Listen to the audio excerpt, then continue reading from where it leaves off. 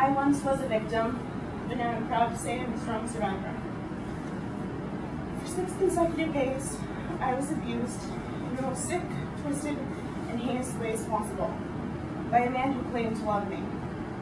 I met him when I was in junior high, and we reconnected in 2010. We started dating in October 2011, and just 4 months into our relationship,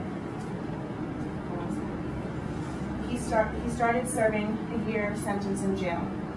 I stood by faithfully. Meanwhile, he painted a very pretty picture of what our life could be.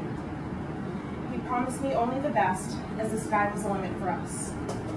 He talked of a house on a big lawn with a white picket fence, kids and a dog running around. We had even conceived a child together, shortly after he was released from jail.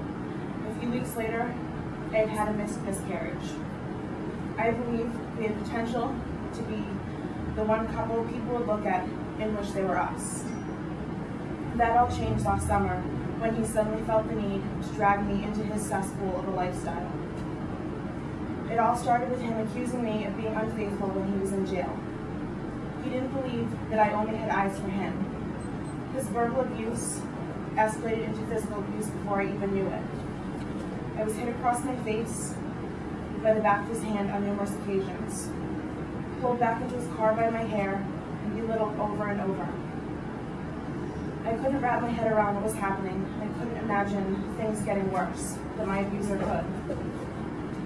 He beat me with a belt across my rear end in the middle of the woods during broad daylight, forcibly injected me with heroin against my will for the majority of the week, and even sometimes multiple times a day. Throughout the week, I was told, "I'm sick of you and your lies, you're a whore, you're a slut." What he said to me, which I thought would be the last words I would hear, was, "I'm going to bring you out to Western Mass, and no one will find you." After being threatened with death, I didn't think things could get worse, but then I was forced to perform inhumane acts on his dog, and then he raped me. The worst part of it all is he filmed it all to use it as blackmail if I told anyone what he made me do. On July 5th, 2013, I broke my silence. I left him to save my life.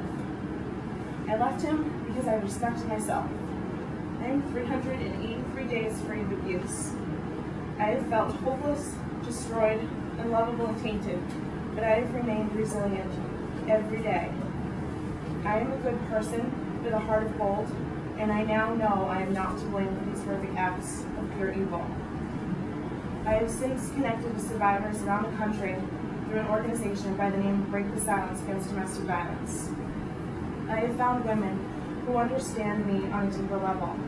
I gained strength, courage, and wisdom through each and every one of them. I am made up of yesterday's despair, today's hope, and tomorrow's dreams. Through every positive move I have made, I've gotten to where I am today. I am stronger than I was last summer. I am stronger than I was yesterday, and I will be even stronger tomorrow. Because of it all, nothing can stop me, because he did not win this war. I did. I am not what happened to me, but I choose to become. Tonight, I have shared my story with you to raise awareness of domestic violence, to show you that domestic violence is real. It can happen to anyone. It happened to me. Some women cannot break their silence because they are still trapped, or they have been silenced by their abuser. Tonight, I speak for them.